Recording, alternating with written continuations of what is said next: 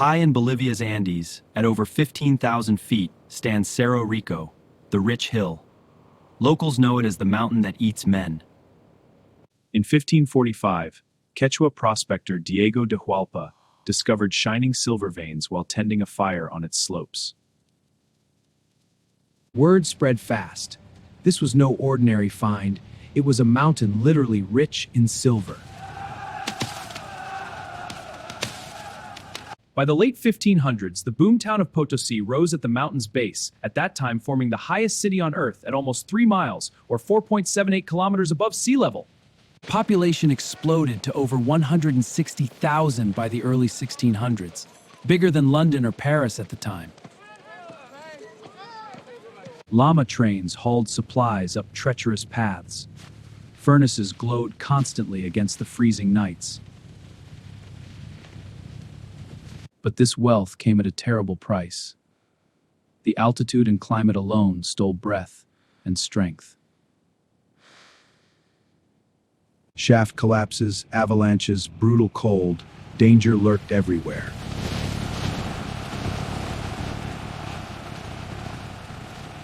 In 1573, Viceroy Francisco de Toledo formalized the MITA, Forced Indigenous Labor Draft. With this draft in place, thousands of men each year marched from distant villages to toil in the depths. Deep inside Cerro Rico, miners worked in pitch-black tunnels lit only by flickering tallow candles tied to ragged head coverings. They hacked at the silver ore with iron picks and chisels, filling heavy leather sacks. Each man carried loads of 100 to 300 pounds up hundreds of rickety wooden ladders.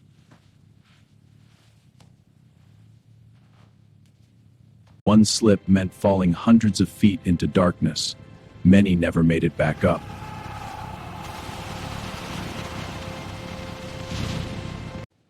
Quotas were brutal. Failure to meet them brought whippings or worse.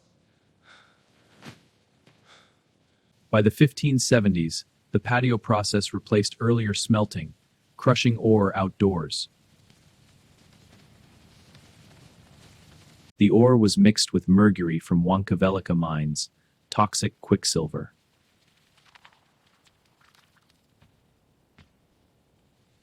Men, women, and children trampled the mixture of mercury and crushed silver-laden stone with bare feet for days.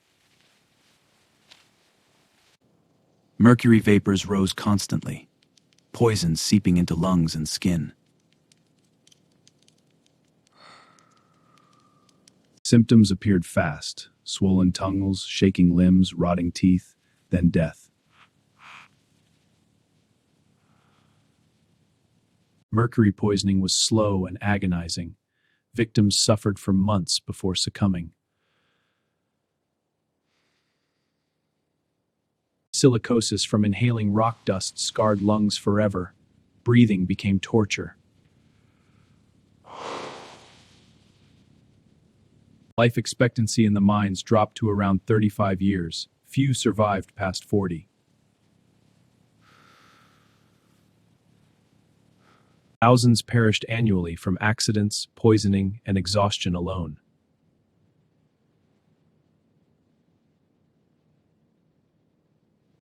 Historians estimate the human cost in the hundreds of thousands. Some say millions suffered across generations. Yet the silver kept flowing. Potosi became the richest city in the world.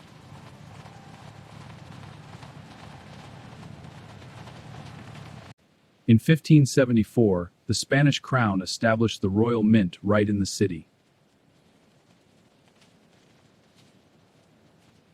Here, raw silver was melted, purified, and hammered into coins using 16th century tools and processes. The famous pieces of 8 reales coins, were born here.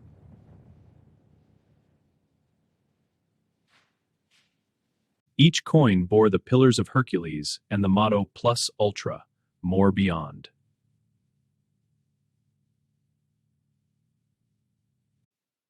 These weren't just local money. They became the world's first global currency.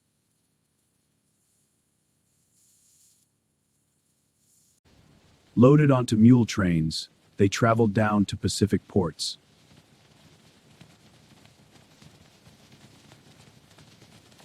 From Arica and Callao, fleets carried them across the Atlantic.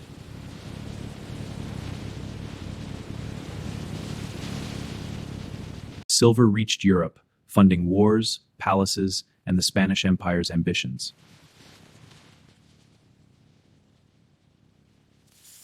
Via the Manila galleons, Potosi silver even flowed to China and beyond.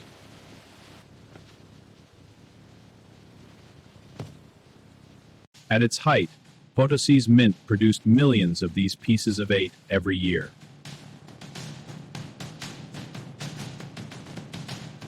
Quality control was strict. Coins were weighed and tested for purity.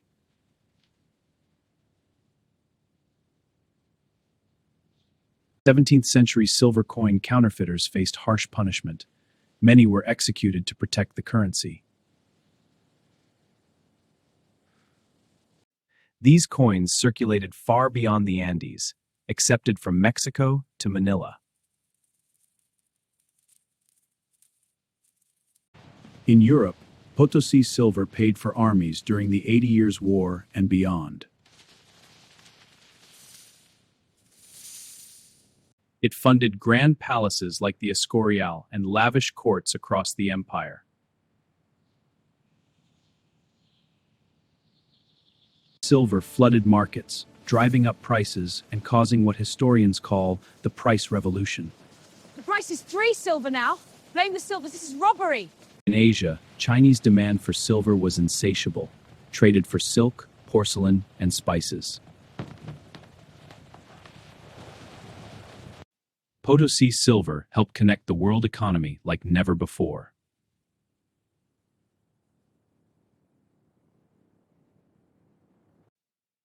The famous P mint mark became a symbol of unmatched wealth and reliability. Today, surviving Potosi pieces of 8 are prized by collectors worldwide.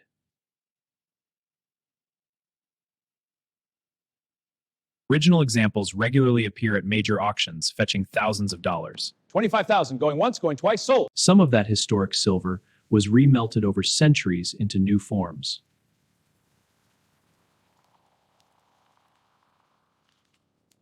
It's possible the silver in your own jewelry or bullion traces back to Cerro Rico.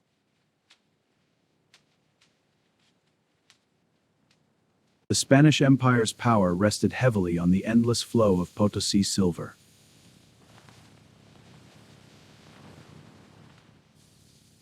Fleets of Spanish treasure ships full of this bullion sailed annually from the New World back to Spain, guarding against pirates.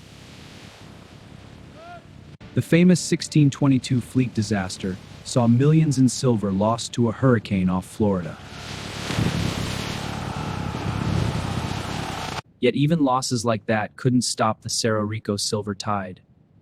It kept coming from the deadly mine that has eaten men for nearly 500 years. By the 1700s, production had begun to decline slightly as the largest veins were exhausted, but there were still thousands of pounds in the mountain. But the mountain was still yielding silver in the 19th and 20th centuries.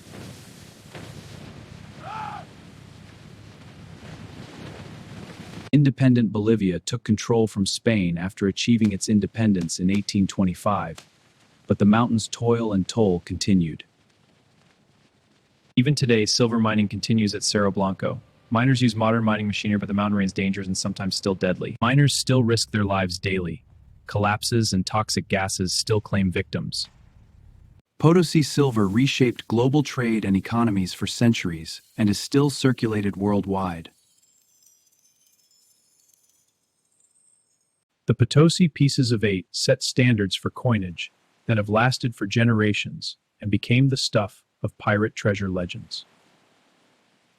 Today, museums and high-end collectors preserve the best of these historic coins, but even collectors of more modest means can usually find an affordable specimen on the market because so many were circulated around the world. Their story reminds us how one mountain's riches changed the course of history. Cerro Rico's silver didn't just build empires, it left scars that time can't erase.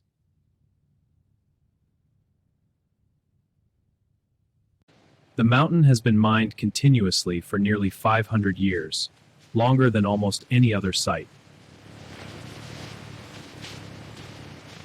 In the 21st century, thousands of independent miners still descend daily for zinc, lead, and remaining silver. The tunnels are unstable. Frequent collapses claim lives even now. A little higher on your end. It's holding. Let's back up. The government has declared parts of the mountain off limits due to sinkholes and structural failure. Yet the legend of the mountain that eats men lives on in local stories and warnings passed amongst the modern-day Bolivian miners. From a single Andean peak in Bolivia came vast riches that reshaped global trade, power, and lives forever. From Diego de Hualpa's discovery in 1545 to the present day, as long as the mountain keeps making money, people will still give their lives to mining it. I hope you enjoyed this journey through the history of Cerro Rico, the rich hill of Potosi, Bolivia. The historic story of a deadly mountain that changed the world. It could either make you rich or end your life. It changed the course of history, and it's one more reason why silver is a historic metal. Thanks for watching.